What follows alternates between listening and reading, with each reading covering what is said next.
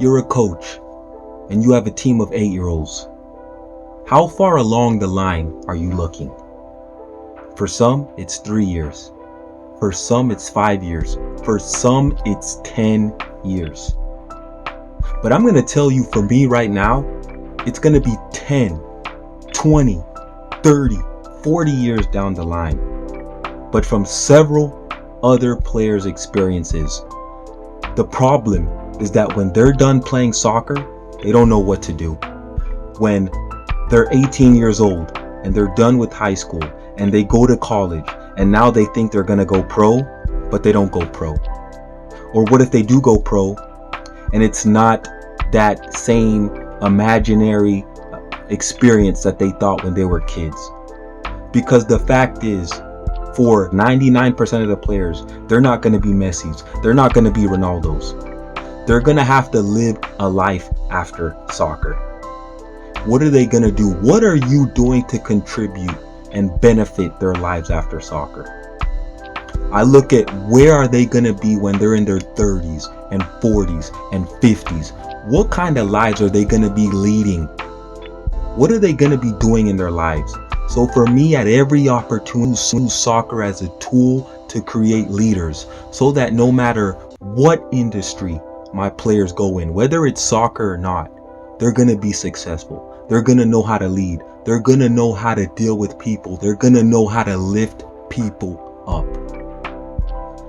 This last training, I used the example of selecting players that were good at doing drills and making these players help other players that were not as good. So I had a drill, a skill. I had a skill where I had players do something that they had never done before. It was a complicated skill. It was advanced by their level. Mit dem Ball zu fummeln. Die 6- bis 9-Jährigen, die das Basistraining demonstrieren, stammen aus einem Land. Now, after a few minutes, I noticed some players caught on very quickly and they were doing very well. But some other players didn't do well. They struggled with it. They didn't know what to do. But instead of me going to each and every player, telling them what to do, or even getting the ball myself and showing them over and over again, what I did was I would say, if Andy's doing good at the drill, go help Steve over there. Steve is struggling.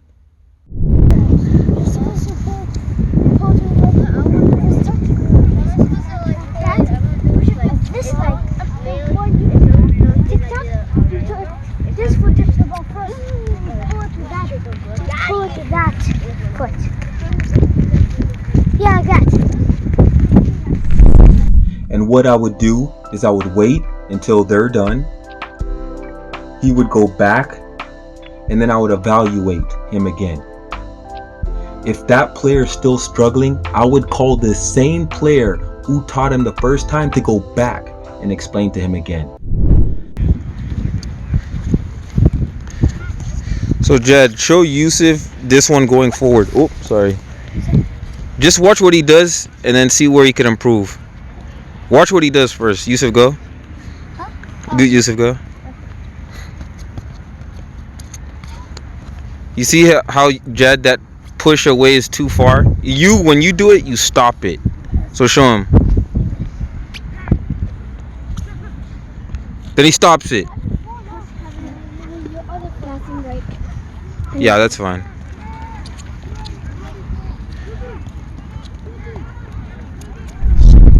In this way, players are learning to become leaders. Because as a leader, you cannot just talk from your own perspective, thinking that the way you talk is the same way that it's going to get across to another player. So in this way, players are learning how to communicate, how to demonstrate to other people, so that people who have brains and minds that work differently is not going to hold them back from being able to transmit a message that is going to help everyone be successful. So I love using this. Like, okay. So it's like this. So just practice this.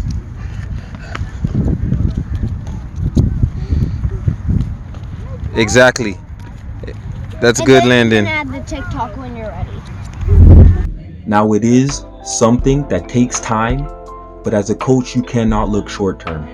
Imagine 5 years from now what you're going to be doing.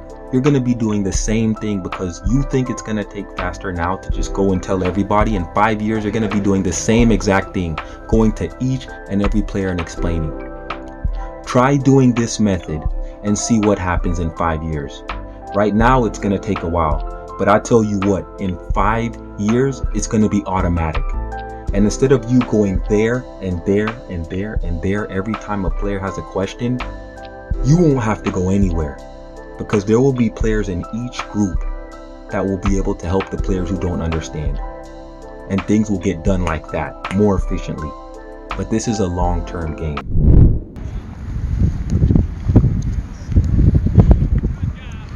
So Dylan, just go forward like you were going, and he'll watch you. I see what you're missing. This, look. You see where those are?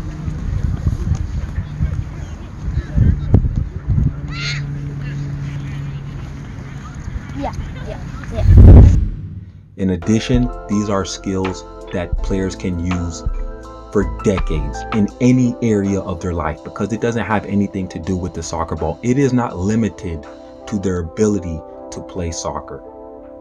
So I challenge you for the next month or two in each session, when you have a player who understands a drill very, very well, have him go to another player who doesn't understand it as well. Have him teach that. And then as soon as those guys think they have it, separate them, watch them, see if they have it right. If they don't, send that same player. And what this does, the more and more and more often he does it, he understands how to communicate. He understands what he has to demonstrate. And then he becomes more efficient because he learns what works and what doesn't work.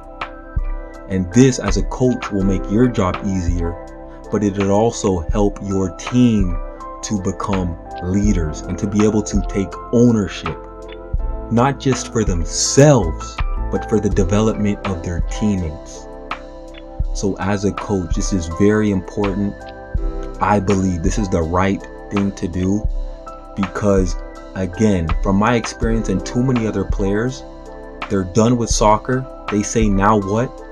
And their lives just go downhill, because all they had was soccer. That was all they did. They never took anything from the game outside of the skills that they learned in soccer. So I challenge you as a coach to do this for a month and see what type of people that your players are becoming.